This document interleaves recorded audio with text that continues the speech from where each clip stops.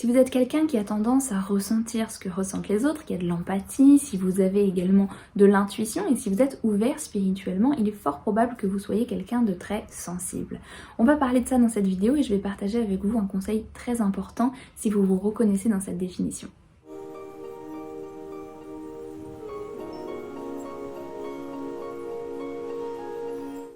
À mesure que l'on grandit sur notre chemin spirituel, à mesure que l'on ouvre notre cœur et donc que l'on a de plus en plus de compassion, d'empathie, que l'on se connecte également à une forme d'amour inconditionnel, qu'on se libère du jugement, toutes ces étapes sur lesquelles on travaille, sur lesquelles on avance sur notre chemin spirituel, font généralement de nous quelqu'un de sensible. Et j'entends par sensible non pas quelqu'un d'émotif, j'entends vraiment la définition même de sensible qui est capable de ressentir les choses de façon plus forte. Énormément de personnes se sentent sensibles, hypersensibles et ont parfois du mal à accepter cette caractéristique-là parce qu'on a souvent l'impression que c'est une faiblesse. Dans une société très yang qui est tournée généralement vers le faire, vers la réussite, vers la performance, eh bien l'énergie de la sensibilité est une énergie yin, une énergie du recevoir où on va capter, où on va, avec nos antennes, on va pouvoir ressentir ce qui est visible et invisible surtout et le ressentir d'une façon plus forte, plus importante. Donc déjà je voudrais commencer cette vidéo par vous dire que la sensibilité n'est absolument pas une tare, ce n'est pas non plus un défaut et il ne faut pas confondre sensibilité et émotivité. L'émotivité ça va être quand on va réagir de façon émotionnelle à des événements ou à des choses du quotidien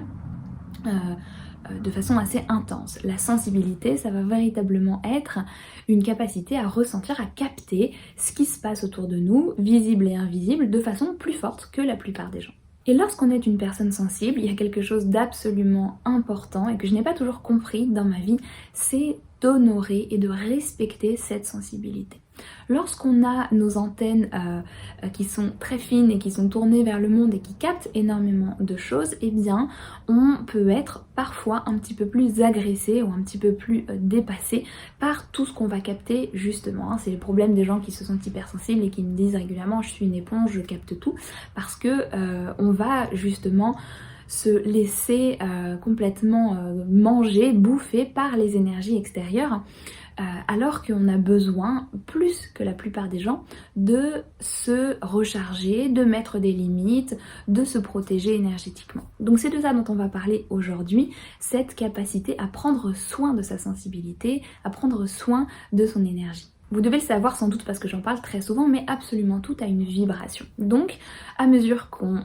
ouvre nos champs, qu'on ressent de façon de plus en plus subtile ce qui se passe à l'extérieur de nous, qu'on capte énergétiquement, on va capter toutes les vibrations qu'il y a autour de nous. Donc, une personne plus sensible va avoir, et parfois de façon inconsciente, mais va ressentir beaucoup plus fortement les vibrations d'une personne qu'elle va rencontrer. Donc, une personne qui va bien ou qui va pas bien, ou simplement l'énergie d'une personne. Ça va être également l'énergie de certains lieux, ça va être l'énergie de ce qu'elle mange, ça va être aussi faire attention à ce qui rentre dans notre champ énergétique, donc ce qu'on va consommer en termes de contenu, par exemple de films, de séries, de livres, de lectures, etc.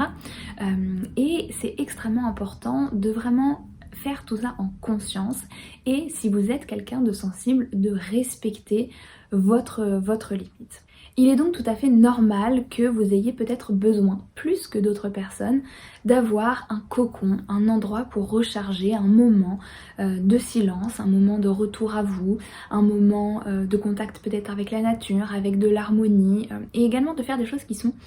différentes, de pas toujours être dans la performance, de pas toujours être dans le faire, de pas également non plus vous culpabiliser si vous avez besoin de dire non à certains rendez-vous, si vous avez besoin de plus de temps, si vous avez besoin de mettre certaines limites. Tout ça est quelque chose de sain et je pense qu'on a vraiment tendance parfois à l'oublier soi-même et à s'imposer des rythmes ou des exigences qui sont parfois tout simplement pas en alignement avec qui on est, avec notre sensibilité.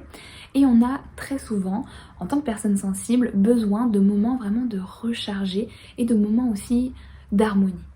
Je vais vous donner quelques exemples personnels, mais quand je travaillais, eh bien le week-end, j'avais besoin régulièrement, tous les week-ends, de faire de très longues méditations, de 1 heure à 2 heures parfois en silence, juste connectée à moi-même parce que j'avais besoin de me recentrer, besoin de silence, comme si j'avais été éloignée de moi pendant une semaine dans un rythme qui n'était pas le mien, dans des énergies également qui n'étaient pas forcément les miennes, et du coup j'avais vraiment besoin de ce moment de recharge. Je me rappelle également quand j'étais à l'université par exemple, beaucoup de jeunes de mon âge sortaient en boîte, sortaient boire des verres le week-end, etc. Et moi je pouvais pas. Je dis je pouvais pas et pas je ne voulais pas parce que vraiment c'était, je le vivais, et il n'y a aucun jugement derrière ça, hein, mais je le vivais comme trop d'agression, comme trop... C'était difficile énergétiquement à supporter, il y avait trop de personnes, des énergies parfois pas toujours très hautes. C'était pas quelque chose qui me nourrissait, c'était plutôt quelque chose qui m'agressait énergétiquement et qui tirait mon énergie vers le bas. Encore une fois, je ne suis pas du tout en train de juger le fait de sortir, le fait de s'amuser, etc. Parce que chacun a sa sensibilité, chacun a des choses qui vont le nourrir ou qui vont le vider. Je vous dis simplement par ces exemples-là, d'honorer ce qui est juste pour vous, d'honorer ce qui vraiment vous, ce qui est juste ok, ce qui vous fait du bien, ce qui vous nourrit et ce qui vous vide. Et d'aller regarder ça avec conscience. J'ai d'autres exemples comme ça, mais par exemple il y a certains films, même certaines séries, et je vous parle même pas de films d'horreur, de trucs vraiment gore ou trash, je vous dis simplement qu'il y a certains contenus que je n'arrive pas à regarder, qui sont trop violents, qui sont trop... Il y a une forme d'agressivité, et c'est pas forcément de la violence physique, mais qui vont être trop lourds émotionnellement, et que du coup j'ai vraiment du mal à regarder parce que ça me fatigue, ça m'agresse, et j'ai pas besoin de ça tout simplement parce qu'après j'ai mis du temps parfois à m'en remettre et à me recentrer. Donc si vous aussi vous êtes quelqu'un de sensible, dans le sens où il y a des choses que vous ne supportez pas, il y a peut-être des bruits, des lumières, des choses de votre environnement physique, mais également des vibrations, des choses de l'invisible que vous avez vraiment du mal à supporter dans votre vie de tous les jours, vous avez une grande sensibilité, et bien par ce petit message que je vous partage aujourd'hui, j'ai vraiment envie de vous inciter à honorer cette sensibilité. Donc si vous avez besoin d'un cocon de silence, de nature, de beauté, d'harmonie, de prendre du temps, de ne rien faire, de méditer, acceptez, honorez et faites-en une priorité. Vraiment, il est temps de remettre un petit peu d'énergie yin dans ce monde, de sortir de ce mode de fonctionnement qui est uniquement basé sur la performance et sur le faire pour se donner aussi le droit. Donc je vous partage 3 questions sur lesquelles vous pouvez méditer, réfléchir et peut-être prendre des notes si vous en avez envie pour pouvoir vous aider dans ce processus-là. La première question, c'est qu'est-ce qui vous nourrit, qu'est-ce qui vous fait du bien, qu'est-ce qui vous apaise. Peut-être faites une liste des choses qui vraiment vous sentez que ça remonte votre énergie et votre vibration, que ça vient vous nourrir, que ça vient vous apaiser. Ça peut être de la méditation, ça peut être de la peinture, ça peut être une balade en nature. La nature est vraiment à cette capacité d'apaisement, de recentrage, de prendre un autre rythme également. Mais ça peut être aussi des livres, des contenus, des séries, des films qui vous font du bien, que vous aimez bien, qui vous font rire, qui vous nourrissent. Ça peut être certaines activités, ça peut être simplement un moment de silence. Faites la liste des choses qui vous, personnellement, vous font du bien, et ça vous permettra aussi de réaliser à quel point ces choses-là sont importantes. La deuxième question, c'est est-ce que vous vous autorisez, est-ce que vous vous donnez le droit d'avoir ces moments de cocon, de prendre soin de vous, de pause. Parce que, vous l'avez compris, on a souvent beaucoup de mal à s'autoriser parce qu'il y a toujours des choses plus importantes, des choses plus urgentes à faire, alors que prendre soin de votre énergie, c'est physique, émotionnel, spirituel, c'est aussi une grande priorité. Et pour l'avoir vécu plusieurs fois, les moments où on s'écoute pas et on s'autorise pas assez de moments de pause, de gestation, de préparation, de retour à soi, et bien en général on finit par soit se faire mal physiquement, soit il y a des choses qui vont pas dans notre sens, soit on se sent un petit peu dépassé par les événements et on s'épuise. Donc est-ce que vous vous donnez l'autorisation? Et enfin la troisième question, c'est est-ce que vous vous forcez à faire des choses qui ne sont pas alignées avec vous? Est-ce que vous vous forcez à sortir alors que vous n'en avez pas envie, à répondre au téléphone alors que c'est pas le moment pour vous? Est-ce que vous vous forcez à répondre à des deadlines ou voilà,